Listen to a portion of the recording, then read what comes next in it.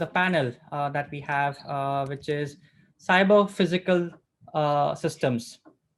We have seen a rapid emergence of technology getting integrated with various cyber-physical systems, and amazing security hacks, breach, etc. have been noticed in the few past recent years and months.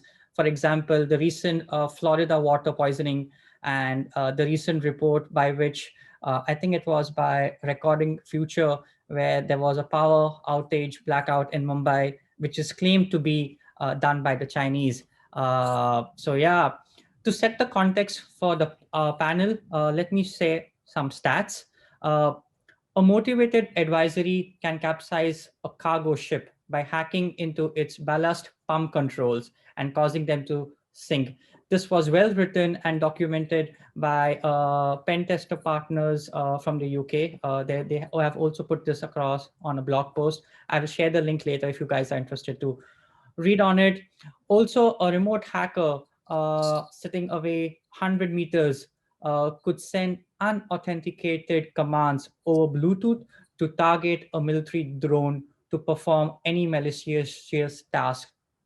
I'm told that the control software to run a military class drone is almost 3.5 million lines of code, while a Boeing aircraft 787 is 6.5 lines of code. That's a lot of programming.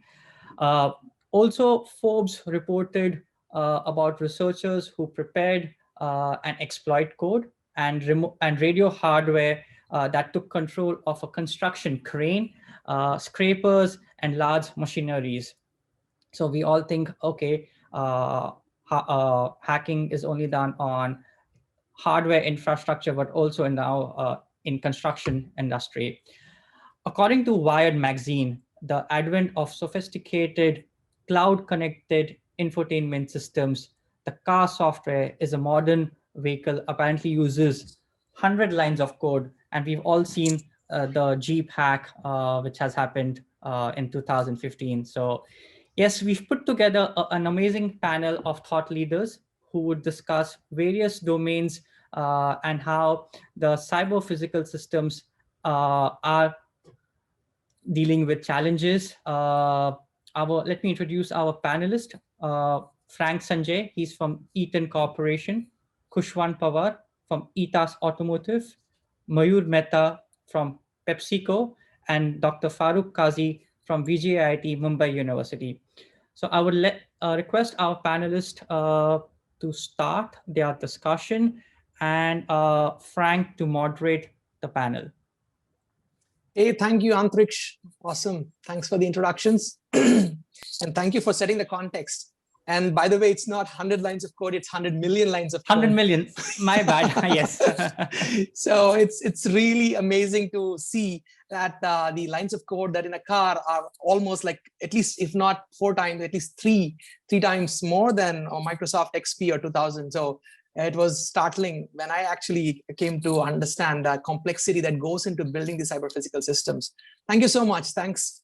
And I'm really excited to actually join this panel along with young and dynamic emerging leaders from India, making a global impact in their own unique ways. Mayur, who is joining us from PepsiCo, he's a CTO, Associate Director with Operational Technology, Enterprise Architecture and Engineering. He's a domain expert in industrial control systems manufacturing. He has a varied experience within pharma, automobile, FMCG backgrounds, and he's also associated with the industry bodies like smart manufacturing and industrial IoT. We have Khushwant Pawar, who is joining us from eScript, and he's heading the eScript cybersecurity brand, which is a part of ETAS India. He has been spearheading automotive security. So as I mentioned, as Antriksh mentioned, automotives are a complex software and cyber physical system, right? A lot of times when we bring the discussion about cyber physical systems, automotives are left behind. And I am really excited to have a different perspective of bringing the automotives into cyber physical space. And we are really honored to have Dr. Faruk Kazi, Head of Electrical Engineering, VJTI Mumbai, who is a PhD in System Controls and Engineering from IIT Mumbai, and he's been his research areas in cyber physical systems and critical infrastructure protection have been critical, not only to his university and academics, but also to the country overall. He's the chair of Digital Architecture and Cybersecurity Working Group 3 of India Smart Grid Forum, and he's also a member of ISA 99 Working Group. So really excited to be a part of this panel. Welcome to all of you. And I'm Frank Sanjay, leading the Product Cybersecurity Center of Excellence for Eaton Corporation. And we are responsible for ensuring the security of things that Eaton sells to its end markets, which include a range of cyber physical systems across industrial and electrical sectors. So thank you, Antariksh. And welcome to all my panelists. So before we go into this topic of cyber physical systems, I think it's very important to understand this, this concept, right? A lot of times there's a lot of confusion or a lack of clarity about the term. There are multiple terms that go with this aspect of cyber physical systems. So to begin the panel, I would like to invite Dr. Faruk to give us a brief overview of what the cyber physical systems mean and how to understand this. Maybe Dr. Faruk. Yeah, thank you. Thank you, Nullcon, and thank you, Frank, for giving this opportunity. So it's a CXO panel, and in the CXO, people usually run to the boardroom, and I'm an academician, so I'll run to the whiteboard or blackboard now. So just give me 1 minute, because I thought that I would give a proper 2-minute introduction to the CPS, and I made some 2-3 slides. So if I'm allowed, if I'm having permission to share the slides, then I think I can properly explain the concept of cyber physical system. Can I do that? Sure, please. Thank you. Thank you. Thank you. So it's a small, quick run through what is cyber physical system. And I was actually amazed when I saw this title from the Nullcon cyber physical system, because this is very typical term of academician or research organization, not much popular in the industry. I was shocked actually when I saw that the title is themed with cyber physical systems. So just give me 2 minutes and I'll run through that. So as far as CPS is concerned, people started using this term from 2006. So it's a very recent phenomena we can call. And this was mainly launched by NSF, National Science Foundation, which funds a lot of universities in the United States. Earlier, people used to call CPS by different names. They used to call as cybernetics, they used to call as mechatronics and all those things. But right from 2006, ever since NSF came in the picture with supporting some kind of academia for the research in this area, suddenly it get momentum and traction in the academic circles. Now, from the name itself, you can make sense what exactly it is. So it's a cyber and physical system, very clear from the name terminology itself. So I will have at one hand a complex physical system combined with a sophisticated cyber environment, which makes a CPS. And in case of cyber environment, we typically expect control, computing, and communication technologies to be present. And the physical, for example, if I talk about smart grid kind of example, then I will have generation, transmission, and distribution as part of my physical. So that's how people started looking at it. Different people call this with the terminology of hybrid system, network system, machine-to-machine communication. Sometimes people also call this as phygital system, so as to represent physical and digital environment together. And it manifests in manufacturing, energy, transportation, water network. Almost everything is covered by the term being called as a CPS. Now, there are two inter or overlapping terms that people usually get confused. So CPS and IoT, these are more or less same. There is no point in discussing who is subset of what. And another related term with the CPS, which is very common, is called as industrial IoT or Industry 4.0, fourth industrial revolution. So just 1 more minute. Typically, the characteristic which involved in case of CPS is that they inherently have network control system. They will be obeying hybrid automata. I think from cybersecurity point of view, this becomes very critical, because in case of cyber physical system, the cyber environment evolves in a discrete state, whereas physical environment evolves on the continuous state. And when you look at a complete holistic viewpoint, this becomes a hybrid automata kind of system. And that actually poses a lot of challenges, not just from academic point of view, but from the industry point of view as well. And the last perspective is real-time computing and networking. So these are certain characteristics of the cyber physical system. Now, you can actually start visualizing CPS as good as a smallest device, which can be a variable like your healthcare devices, which collects your biological data, puts onto the cloud computing environment and does some kind of analytics. It can be a little bit a complicated one as a complete system, like an automobile or car in case of mobility or connected car, or to the other extreme, it can be a complete system of system, like a smart grid or like a smart city as such. So you can see the span which is covered by the CPS, right? From a smallest device to the system to system of system. And typically, I think all critical infrastructure fall under the category of the CPS. So I thought that this presentation I will share so that we will have some introductory ideas without taking much of the time. Now, coming back to the CPS, I think one of the area where the academia is more focused nowadays is about digital twin, network control, and all those aspects. So maybe as we proceed further in our discussion and panel discussion, other topics, I'll come back and forth to these areas. So thank you very much. Thank you, Dr. Faruk. Really, that gives a very good picture of the ubiquitous nature of CPS, and this is really a good start. I think we have been hearing about this word cyber physical systems or industrial IoT and IoT and OT, critical infrastructure, very much, as you rightly mentioned, within the conferences like this. But we have not heard as much about cyber physical system when it comes to mobility side, right? And the technology trends that are taking up in the mobility side.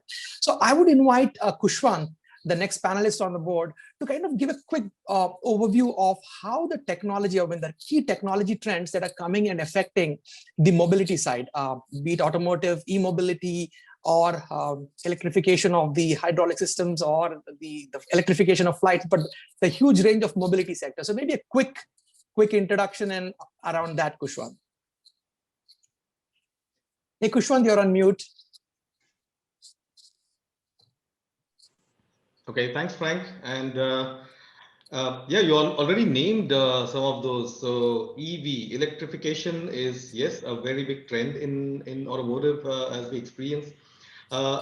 Electrification is also coupled with a lot of connectivity, because the electrical domain usually relies on a lot of information of state of charge of the batteries, etc., and how much would be the range, because the analytics behind it is yet to be formed. The data needed for analytics is still forming.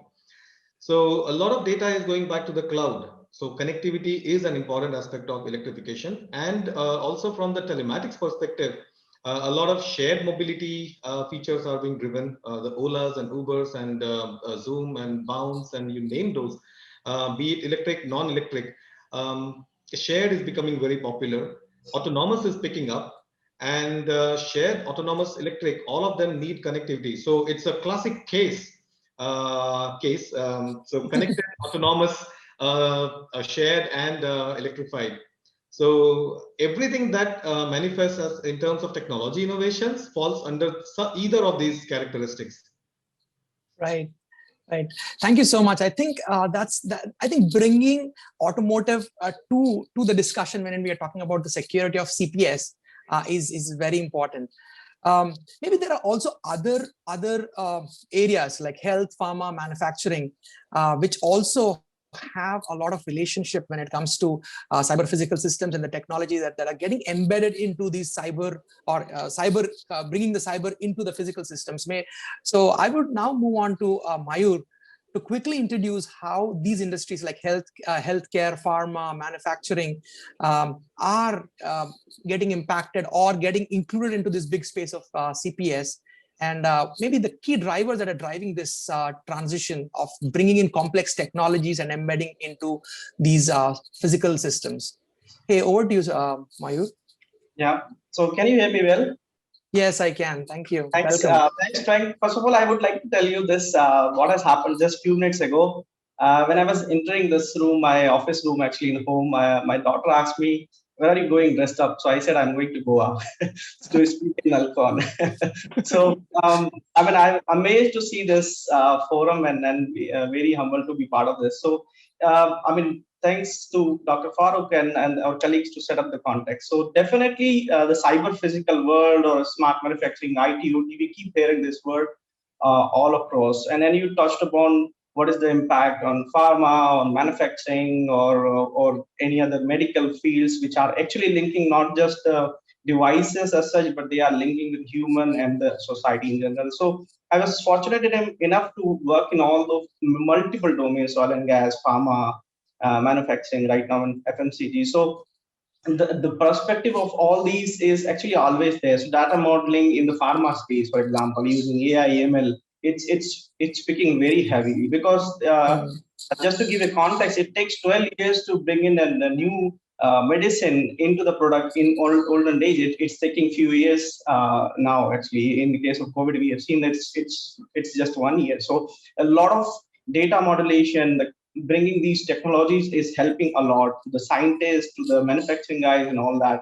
I have been hearing a lot about remote commissioning, and believe me, it's heavy challenging because commissioning its own gigantic work actually in itself, basically. So remote commissioning, bringing in new cameras, IP or thermal cameras, an integrated supply chain, basically, because now from the procurement of raw material to the final good products, everything is connected, and we want to have digital twin visualization of the plant, removing that obstacles which previously used to be the air gapping things and all that. That is going away because of all these stuff. Predictive maintenance is one of the most critical look after area. Digitalization, it comes under digitalization, and most of the companies who are always focusing on B2B model, business to business model, now going to the business to C, business to consumer model, and that is driving a lot of automation in this or the capturing of these technologies in actual world, real world, basically. And these are actually some of the faster adoption I could see using the IT services in the OT environment. So, I mean, there are a lot of areas where not just in theory or in the concept, we are actually seeing the real implementation. Wow, that looks like, I mean, you guys are bringing in technologies probably much faster than the software world in some senses, right? The latest technologies that are that we hear about in the software world are quickly getting integrated into these physical systems, which in the previous times were considered like separate. There was a firewall. There's like, it's an unknown critical system, and probably it's not really affected by cyber risks. But looks like there are so many technologies that are getting embedded into this entire cyber physical system space. And each technology with it brings a lot of risks. So maybe I will ask you to expound upon a little bit on the kind of risks that are kind of coming and affecting this transition or this rapid transformation that is coming into this space. Okay, so yeah. So definitely, I mean, I think this was a dialogue in one of the movie that with powers you comes with the responsibility. I think these different technologies also bring in a lot of capability, but they bring security issues as well. Right. So there is no doubt in that. And what are those challenges? So always, I mean, till I think till the 2017. People were thinking when we have ISA 95, which talks about mixing up the OT, which used to be just the physical world, with the IT or the integration of that will bring in a lot of security challenges, right? So that has been dealt with ISA 99 or such standard, like we'll talk about that. But basically, that was the one which we looked at. Now we are looking at the other pieces, OT to OT integration, which is trusted OT network to the untrusted networks. So that brings all together complete new understanding of how do you deal with that. And then we have seen IT services by default getting integrated to the OT in many ways, secure way, many unsecured way, which leads to some attacks like WannaCry. We have seen that actually in most of the companies got affected. Wow. And then that has not just on paper, it is actually causing 300, 400 millions in few hours, basically, right? So there are impacts to the companies, and that is huge actually. And that's why the reason we have all these the OT folks coming into the leadership forums and to the top, so that from the beginning management understand this impact. It's not just cyber impact on certain thing, it's an overall impact basically. And also these technologies, rather than bringing some feeding mechanism to have right controls, we are still lagging a lot in that area. I would say they bring us a lot of graphs, a lot of charts. We see IoT devices coming in, they bring the data, show us the data. What else? I mean, already this plant manager guys, you can believe me, have enough data to see. You need to give possibility to take actions and on the quick movements, basically. So there are areas I can keep talking about that. I know. I think yesterday when we connected, we really said that this field is so enormous that it in itself can have its own conference, and we can keep talking about the risks. But yeah, let me move to Dr. Faruk and just quickly understand the perspective from civil infrastructure. Right, one is the industries bringing in technology, and that technology adding a lot of risks into the mix. But how is this coming or manifesting in the area of civil infrastructure or critical infrastructure, where it can affect the public life? Antriksh example of Florida water poisoning, right, in recent story, it could really have real life impact affecting the life of people. So Dr. Kazi, Dr. Faruk, could you briefly touch upon the risks that are possible or that you are seeing in reality when it comes to civil life of people because of the risks? Sure. So I would like to take ahead the line what Mayur said about IT and OT. Typically, the industry perception is that they are air gapped, but we know very well that such kind of air gap does not exist anymore now.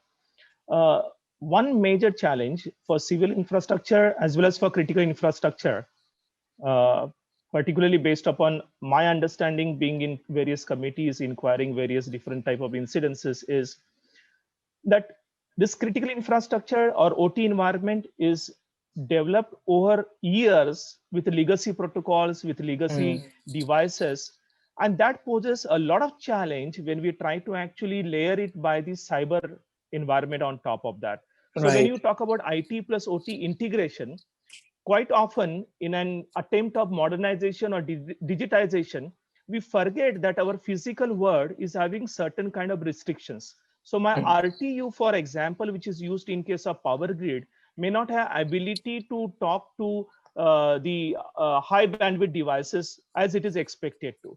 Secondly, in my IT environment, the firewall which is installed may not understand OT protocols. So essentially that firewall is useless because I can only understand very few protocols, and the rest of the protocols which are proprietary in nature in the OT environment are missed as far as security is concerned. So there are a lot of mismatches which are available between this IT and OT, and they pose a lot of challenge. So if I want to talk about the most important thing in my viewpoint, obviously there can be different others as well. One biggest thing that I always seen is a patch management. That becomes really, really, really very tough in case of cyber physical system, because these systems are live and you cannot have every Tuesday in a month or a week or whatever for patch management, because downtime is very costly in case of cyber physical or critical infrastructure. The second thing that I have seen is these devices, the endpoint devices, are always having very less amount of bandwidth capability and computation capability as well.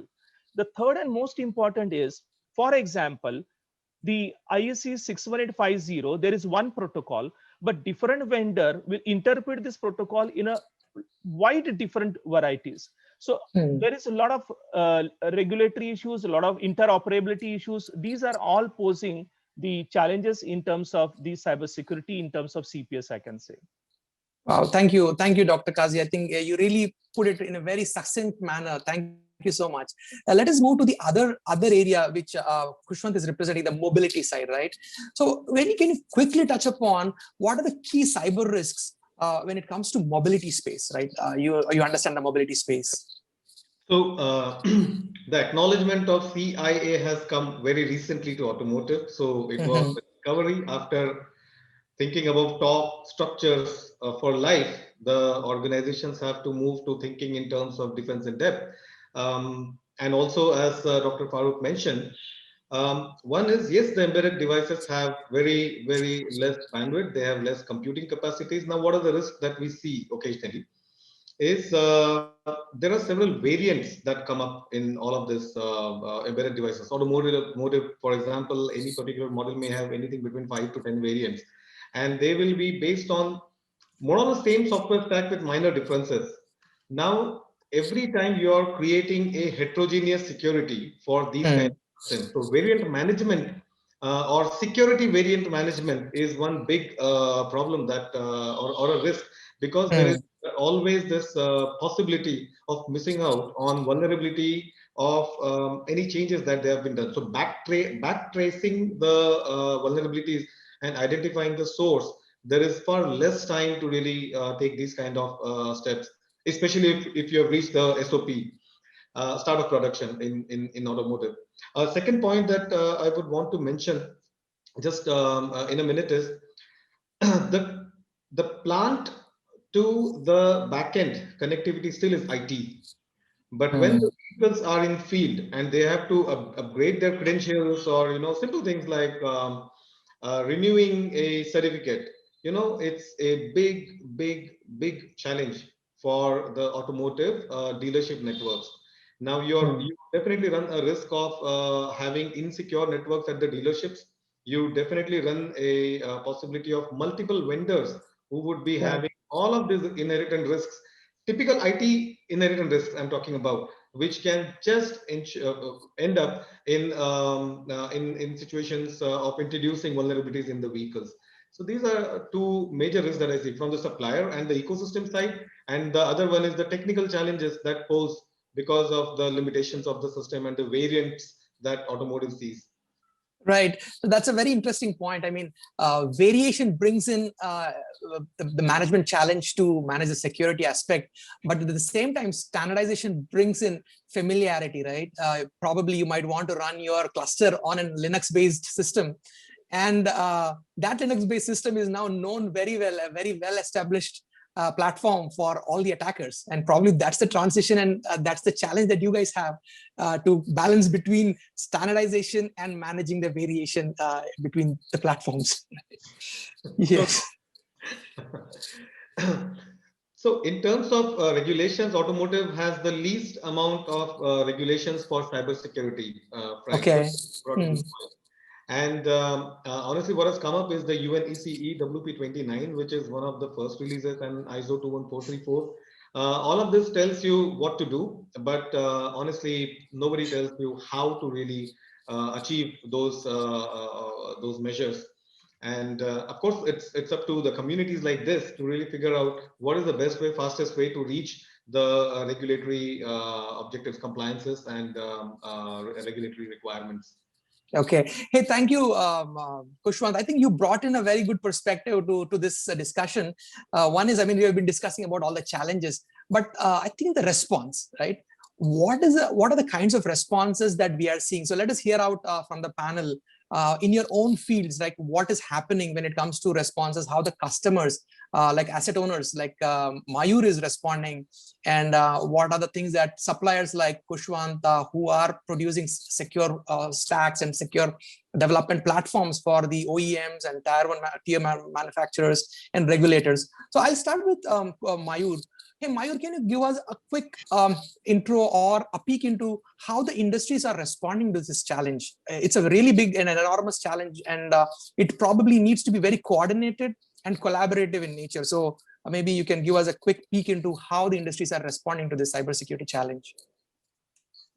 Yeah, this is a very interesting topic, Sanjay, and it all's actually evolving. So if I talk about how industry responded in 2016 or 15 timeframe, because that time we are seeing the peak was not that high, but then this is right now. So this is also depending on that basically. So that time people were actually getting engaged. Okay, let's do the assessment of your plans. Let's try to understand the security posture and then see where are the gaps.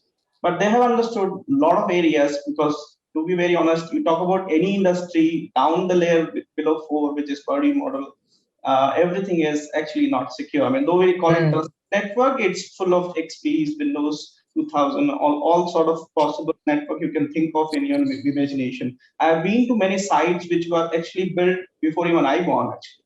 So those sites are running and they are producing millions every day, right? So definitely there is no way we're gonna remove those sites or network basically. So what are the opportunities?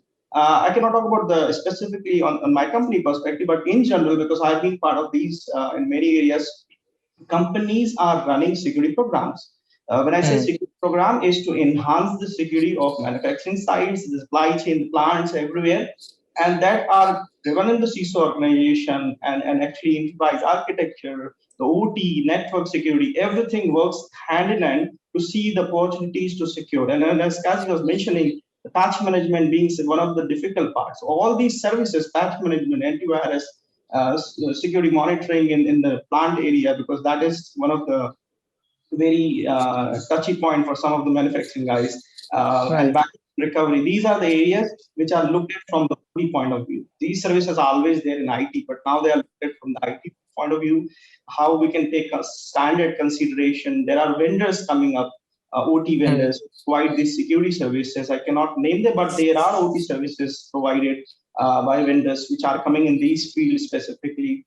And then we also see like what are the possibility to enhance the networks, because these networks are also legacy. Then if you want to bring in new security capabilities in these networks, I'm not talking about the layers below which talks for the pure manufacturing, but because this threat is outside, coming in outside network, those need to be secure. So those enhancement basically are the main things, driving factors. And you talk about IoT, right? So IoT, has its own network or the flow of architecture, which starting from the sensor to the gateway to the your transport mechanism to the either central servers or in the data centers or the cloud. All that need to be built in from the security point of view. So industries understand, and that's why guys like us being part of their core committees and actually very heavily engaged in these kind of development models, basically, which is trying to respond rather than actually we being from the initial days, because as I mentioned, this is growing over the period of time, because every year it is changing the security posture and the threats, and that's why 2016 assessment time, most of the companies were in assessment time. Now they're in enhancement times, development times, all that phase is happening. Right. Thank you. Thank you, Mayur. A lot of times customers might not really know. I think if they are educated about cybersecurity, aware of cybersecurity, then yes. But in some cases, people might not really know the kind of risks that they are actually dealing with. And millions of dollars are being produced, and millions of people are relying on the product that these particular companies are making, or civil lives are probably at stake if proper security is not implemented. So I will move on to Dr. Faruk to just see what are the regulators, or I mean, what is the regulatory space looking like? Are the governments doing something about this, or how is that looking, be it internationally and locally at Indian government level? So maybe Dr. Faruk, you can throw a little bit light on that. Yes, sure. So as far as India is concerned, we are having two regulators mainly who are addressing cybersecurity eventualities in the cyber physical system. One, as everybody knows, that CERT-In is one regulator who actually manages the Indian cyberspace.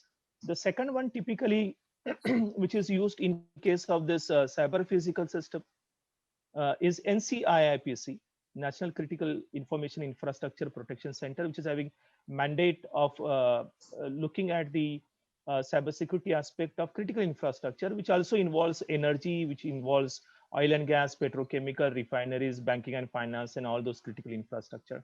So from Indian point of view, these are two major bodies. But if you talk about the energy sector particularly, then there are CERT transmission, CERT distribution, CERT generation. So domain specific certs are also available with respect to the energy sector particularly. Globally, if you talk about, then there are a lot of bodies in the sense NIST is there, which talks about how to regulate particularly this particular cyber physical environment. The another one, which I think everybody must be well aware about, is NUCSIP, which talks typically for bulk energy systems. And there are many more which are there specific to Europe and specific to Middle East countries as well. Like Qatar is having their own cert, and there are many other regulatory bodies which are established either from the industry organizations or from the government bodies as such. So a lot of regulatory efforts are happening in terms of the cyber physical system of critical infrastructure. Standardization is also being taken care by ISO, IEC, ISA, and there are a few more IEEE bodies which are there, which are giving out standards for different type of aspect of the cybersecurity. For example, this ISA 62443 is there, which looks into this. ISO 27000 is there. So there are a lot of standardization bodies as well, which are trying to contribute towards making the CPS as secure as possible. Thank you. Thank you, Dr. Kazi. How about Khushwant? I mean, what is the space looking like when it comes to mobility? You mentioned that there are not, it's probably not yet so regulated, but what are you observing there? So mainly it is coming from, so one of the earlier drivers was, let's say, GDPR, and then the suppliers suddenly started gearing up for GDPR. The reason is it was the first time that the user data from the vehicles was being considered to be sent to backend so that it can be used for analytics and predictive maintenance and diagnostics, etc. But it had a lot of personal identifiable information. So they started taking GDPR as first. And over the period of time, WP29 has come up. So at least in Europe, Japan, Korea, the OEMs and suppliers are supposed to comply to a certain set of requirements. This means what? That the OEMs are going to push a lot of security requirements to their suppliers. So suppliers like Bosch, Eaton, I don't know, several others have already been gearing up for their platform products, their really bread and butter products. Transform the hardware, because it starts from hardware when you start to enter cyber-physical system security, and started looking at modularization of the stacks, trying to build in as many standard algorithms, established algorithms for crypto functionalities, and without experimenting too much or spending on new fancy algorithms, they have relied on standard technologies so that they can be further used in harmonization of the platform security concepts. So with this in view, I see a lot of suppliers already have their set of security standard operating procedures, security engineering processes have been implemented already, and it will just be a they have a minor steps to be taken to really be compliant to the regulation. On the contrary, OEMs have a little more to do. That's what I very often see. Okay. Yeah, thank you. I think that's a really good thing.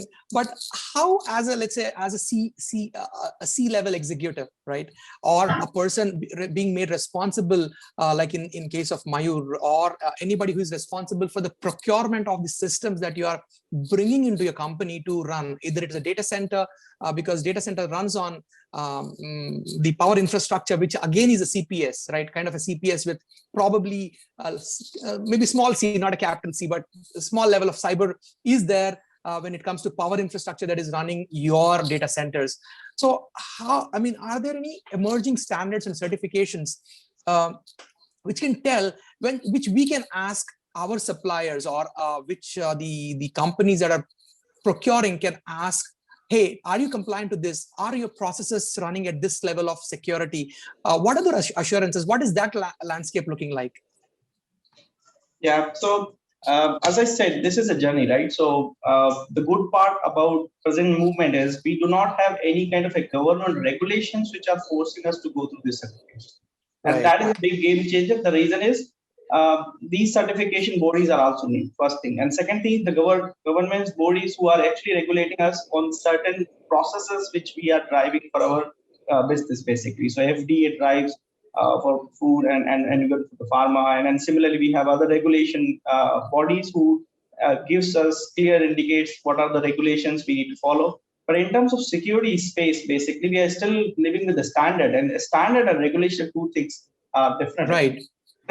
Follow the standard, nobody can mandate us, but regulation is something different, and that linking is still happening. And that's why I said we are lucky, because most of the people cannot apply that very rapidly. But the programs are understanding that when we see there is no silver bullet for the any problems which we are seeing. So defense in depth is one of the key space, and all your products which you are buying, you talked about some of the component data centers, you talked about component in the manufacturing, right? So even those need to be security compliance with the security features, with capability to withstand the denial of service attacks, the communication robustness we talk about, right? So all that kind of things we can actually ask. But how do you ask that? So there are certifications available at the product level, at system level, at the manufacturing plant level, basically. Just to give some of the examples, basically 62443 4.2 which is also certifying the product, basically, and 3.3 specifically that says how do you certify your system, basically. And there are many governance body, many companies who are driving these standards for products and systems across the globe, and they are certifying this. But again, as I said, this is a challenge of adoption, which is a good piece at the moment because we are maturing from stage 1 to 3 and so on. And the key part is the how do you certify your people, basically, because it's not about just the product, it's the people who run the whole system. So there are standards, certification coming in that area as well in OT. Yeah. Sure. Thank you, Mayur. I think we talked a lot about the technical part of it, right? Product certification, standardization, standards and regulations. As a leader, right? As a leader, what are the key non-technical challenges that you are experiencing that might provide some insight into the other leaders, who are on the forum and hearing us? Can you throw a little bit light into non-technical challenges that you are facing? You see me laughing, right? So you can believe me, I can give 2 days session on this. So right. so when we talk about IT OT air gap, which is not there as Kazi mentioned, Mr. Kazi mentioned, but the IT OT air gap on the knowledge piece is still there. What I mean by that is when I go through a recruitment process for my engineers, for my architects, for my in any organization, I receive 400 CVs. Not even 5% are actually meeting that requirement. Wow. So that's a big air gap I can see. Knowledge gap. The reason I would say I will not blame individuals. The reason it is you are trying to find in 1% OT domain knowledge, which is itself is a ocean, and knowledge in the security field and knowledge in the IT networking field in the single person or maybe in a team to fit this requirement, basically, right? So that's a big area of concern, which is something not readily available, and then you try to say, okay, I go there, and there are things we need to build actually. And the language we speak. So when somebody go to the shop floor, they have a different jargons that they use in the shop floor in terms of the running whole production. They have a plan. They have a what you call targets for the day, not even day, hours, minutes, and all that stuff. IT talks different languages, downtime, link breakdown. So there are a lot of languages barriers, which actually gives a lot of challenges because IT want to provide the services, OT don't understand their language. Sometimes they don't even understand what is mean by port. So they understand port is a physical port, but there are in port means the services, right? So there are a lot of language barriers basically, and it is very hard to find a talent which has a passion on this OT field and very patience to continue to run with these kind of a environment, because believe me, it takes a lot of time to get the things moved from 1 to 2 in the plants. Because of the processes, because of the mindset, because they are producing money, right? Because if your car is running, why you want to do the maintenance every day? So there are a lot of people, or not the people, I would say, this is the mindset, which is non-technical. As I said, I can talk about this for 2 days.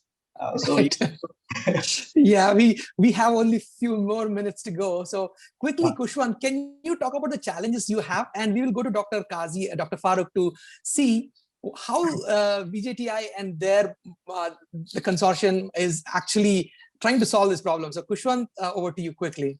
Yes, so just continuing from what Mayur said, we often get requirements from teams at the OEM side that are not from automotive embedded engineering as such, but the IT teams, because somebody in the team is a cybersecurity expert. So the requirements are like, okay, do you have ISO 27000 certification? Can we audit you? And we are like, oh, really? So there is a gap of language, yes, and understanding from both sides. Cybersecurity or cyber physical systems will need cross-functional teams.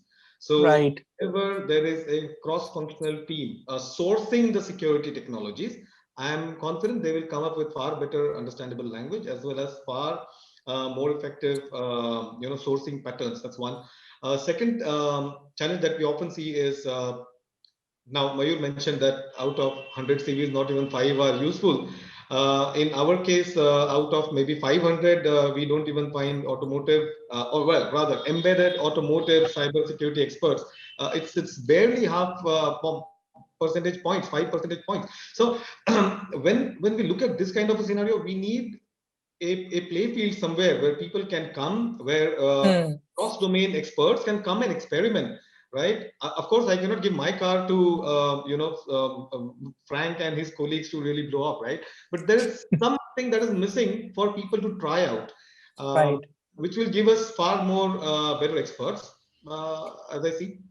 Yeah, that's great. Actually, that brings me to the next question to Dr. Faruk, to just check to understand what is the academia or the universities or Indian ecosystem is doing to address this challenge. And this is also looks like a great opportunity for us to play in this field. I mean, as Indian, emerging market and the talent, we have great talented guys on this forum and in this area. But I think it's probably looks like we need to probably overcome some barriers and challenges to make this a global contribution from our side. So Dr. Faruk, can you throw a little bit light about the capabilities that you are building? Yes, sure. So again, I would like to continue with where the Khushwant left his answer.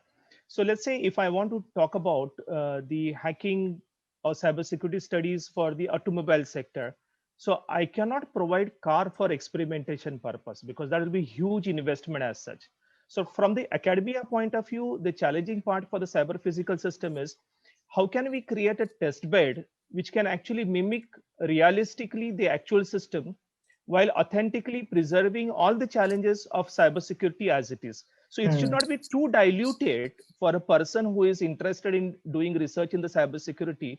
At the very same time, I should have enough amount of financial resources to create that kind of environment. For example, Khushwant told about the car. Car will be still okay, but just see that I want to do research in the critical energy infrastructure. So it is virtually impossible for me to create kind of environment in my laboratory setup where I can actually have some 500 megawatt of generation plant, and then I can showcase how the Stuxnet attack can happen in terms of my industrial control system. So the biggest challenge in case of cyber physical system is the test bed, which will be helpful for honing the skills of the budding researchers who are interested in doing research in the cyber physical system. I think that is the important one. So I can put this as a cyber range basically. So like if you want to practice shooting, you'll have shooting range. You cannot just walk along the road and start killing the people just for the sake of learning how to shoot. Like you will have some shooting range. Similarly, for cyber security study and research in critical infrastructure, you need to have cyber range to be present. I cannot spend lakhs of rupees on PLCs and giving it to the researcher to see whether vulnerabilities exist or not. So typically in case of IT environment, the research in cybersecurity becomes better because you have OS top 10 vulnerabilities. You can find out certain websites which will allow you to practice those top 10 vulnerabilities. But in case of cyber physical system, we are not having such kind of cyber range or the test bed where we can actually try our hands. And Antriksh will agree with me, and entire Nullcon or Payatu team also agree with me, is when we talk about cyber security, there is a very narrow gap between what is ethical hacking and what is non-ethical hacking. So if I'm trying to look at how expert I am and infiltrate into some energy utility, let us say, I do not know what one click of mine will take me to what kind of directions. So these are some of the issues I feel personally. One is the cyber range or the test bed where people can try their luck. And then secondly, having some kind of understanding about where the ethical and non-ethical hacking boundaries exist. So these two I feel are the prominent one. So, Dr. Faruk, you're also a part of some of the Government of India initiatives.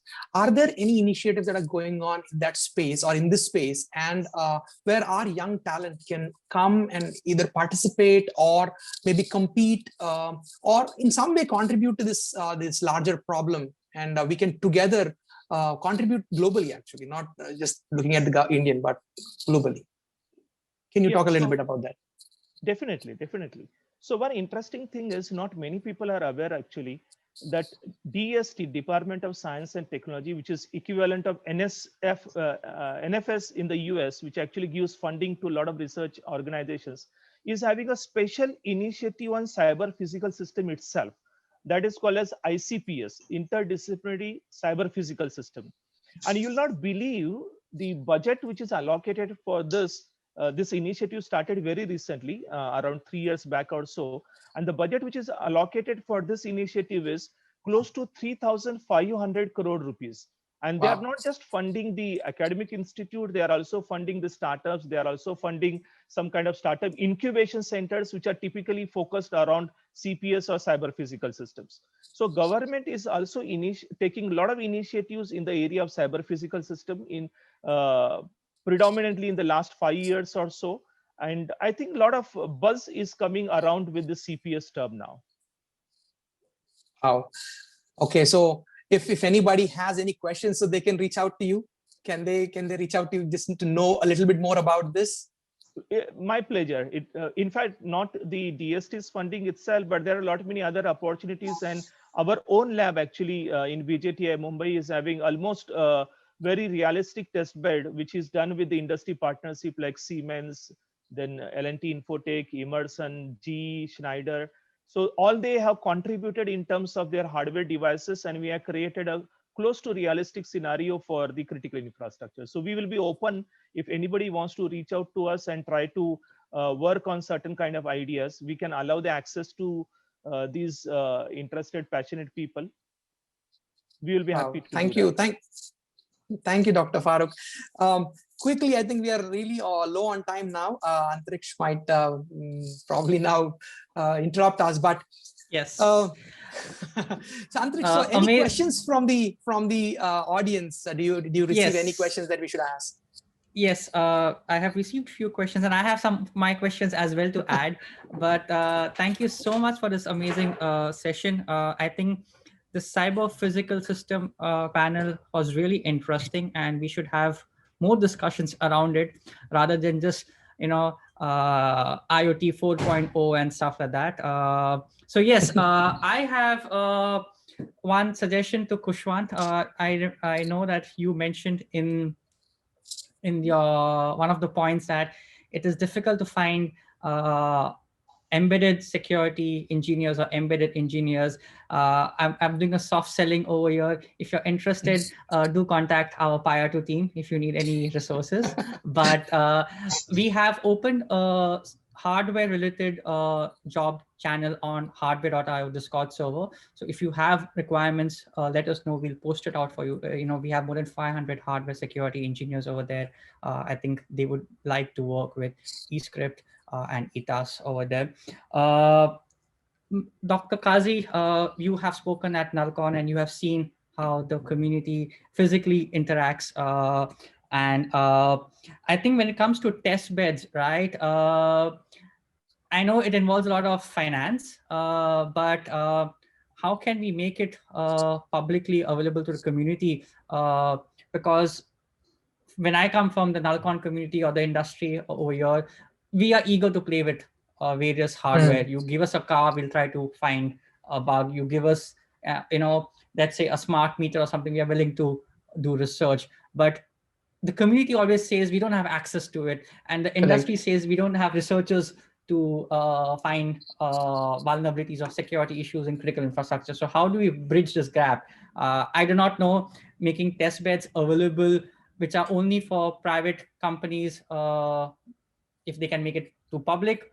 I do not know if there is any public or private initiative as such where people can work and enroll for doing some kind of hardware related research. Apart from the academia, I know academia has all the funds and connects with the industry, but for the public and the private industry, is there any forum, at least in India or outside?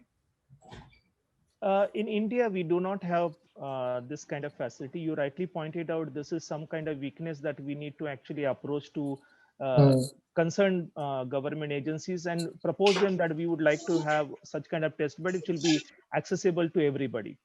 So to answer to your question, in India, we are not having such kind of facility available, although a couple of institutes and organizations have built the test bed for cyber physical system, but that is restricted for their own research and not publicly available. Now, as far as our test bed is concerned, we make it open whenever we conduct some hackathons, etc. And that time, people can log in remotely and try to work around and play around with the systems. But recently, with the corona, we actually realized, because a lot of our own researchers were accessing our test bed remotely.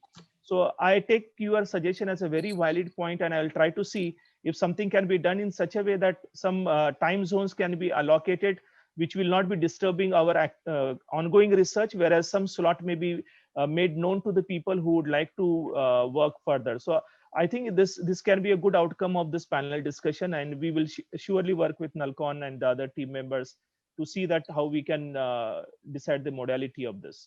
But that's a good suggestion. Thank you. Really, really amazing. Hey, Khushwant, do you want to talk about the virtualized platforms, which are hardware in loop systems we are now turning virtual?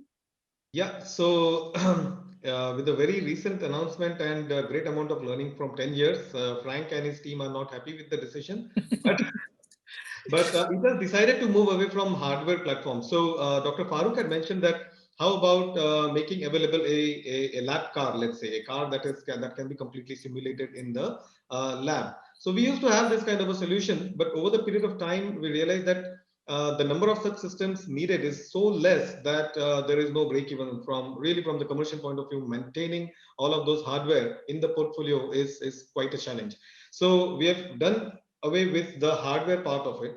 Now what remains is all the electronic control units will be virtualized slowly, steadily. So we are coming up with solutions that can virtualize electronic control units that are going to be used in a car network for that matter.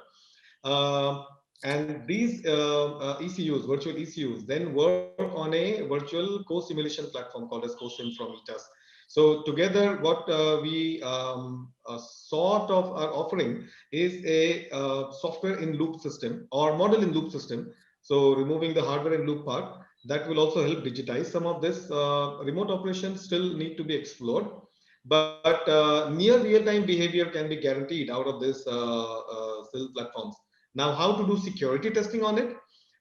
Since 2016-17 in Japan, we used to use some variants of these products and introduce bugs in those, and then conduct some hackathons there. Similar kind of environment can be created, and I don't see a reason why these virtual solutions cannot help in contributing to such initiatives. Wow, that's looks like a very very good, but I think probably commercial reasons might limit. I don't know what is the aspect of making these available to the public, or even from a perspective of learning this thing, right? It's so maybe you can quick peek there. So first part is making a solution that can really create these virtual ECUs. So there is some time that it will take. ETAS has been working on the virtual ECUs. We had some solutions that used to give this. It used to be called something Isolar Eve or something like that. But they have decided to look at some other strategies because the original solution used to take a lot of time. I mean, in terms of a lot of information simulation. Now they want to go at maybe little higher level of abstraction, and that may take a year and a half research by the time we really introduce the solution full-fledged.